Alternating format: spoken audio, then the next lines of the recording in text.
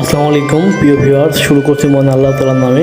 এখন আপনাদেরকে দেখাচ্ছি আমি নাটোর চলন বিলের ধারে বসানো মাছের একটি বাজার, যেখানে চলন বিল থেকে টাটকা মাছ ধরে নিয়ে এসে বিভিন্ন মৎস্য ব্যবসায়ী এখানে মাছ বিক্রি করছেন এবং মাছগুলো তাদের নিজেদের ধরা।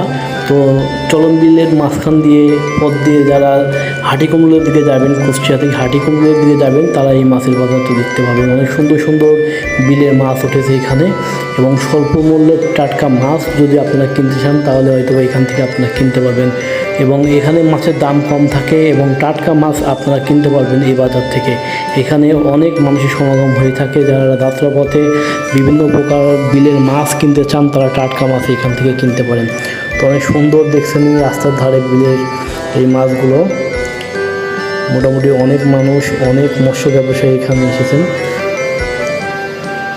একদম টাটকা।